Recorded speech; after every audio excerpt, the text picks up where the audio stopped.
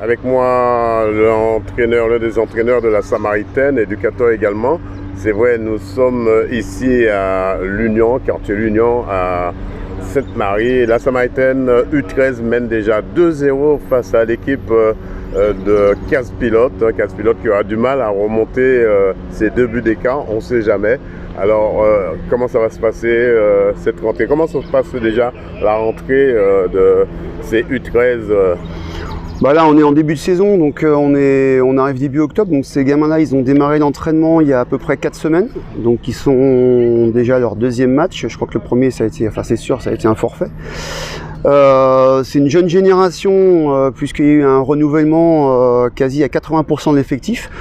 Beaucoup d'entre eux sont montés en U14, U15, donc c'est une équipe nouvelle avec beaucoup de jeunes U11 qui sont montés en U13 et un petit noyau de 4 ou 5 joueurs qui étaient déjà en U13 l'année dernière, donc ils passent U13-2.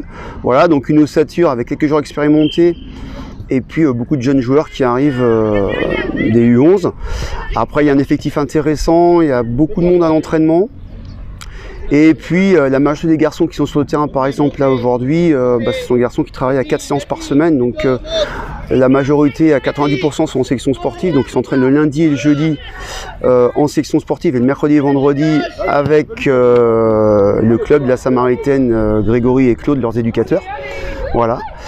Donc ce sont des garçons qui oui, ont quand même un nombre de séances conséquent à leur âge. Voilà. Donc c'est toujours intéressant parce que ça permet de travailler quand même beaucoup de principes de jeu intéressants et puis de les préparer justement à jouer des matchs le week-end avec oh papa, et ça fait but, voilà. Voilà. Donc 3-0 pour la Samaritaine, voilà. C'est un match qui est assez facile, faut bien dire ce qui est ce matin. Mais le projet. Mais dans le jargon du football, il n'y a pas de match facile. Ouais. Tant qu'on peut mettre des buts, on en met. Voilà. Après, mais c'est tout le problème. Ce matin, il y a quand même une petite différence de niveau entre les deux équipes. Vous verrez au fur et à mesure de la saison qu'il y aura des matchs beaucoup plus équilibrés. Mais ce matin, il y a une petite différence. Alors bon, le CS4 Pilote était une excellente équipe en U13 la saison dernière. Et je pense qu'ils sont un petit peu comme nous. Ils ont eu un gros renouvellement de leur effectif. Donc voilà, ça c'est le quotidien des éducateurs chez les jeunes. C'est avoir des cycles de travail avec des générations qui changent tous les 2 ans. Et c'est ça la richesse du travail d'éducateur et de ces éducateurs qui sont tous des passionnés, évidemment.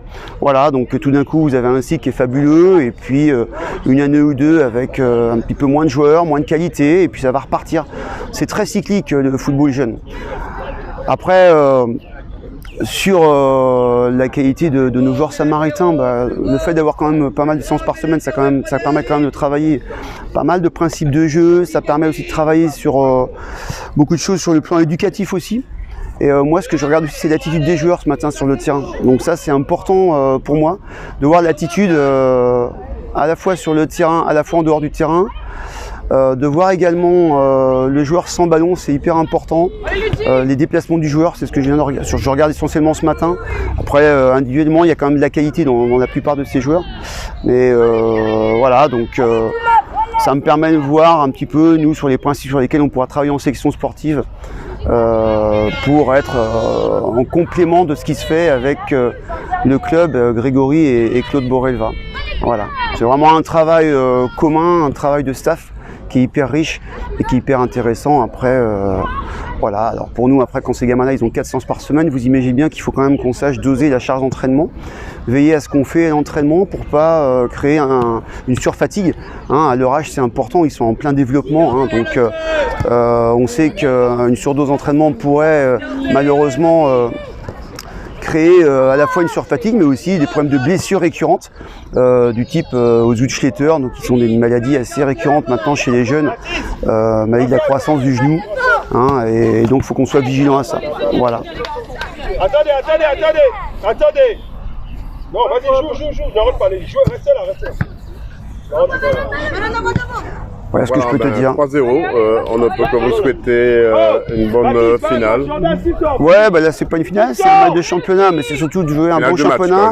Après, l'objectif aussi pour ces gamins, alors évidemment, souvent les parents, souvent les gamins, ils voient le résultat et la performance.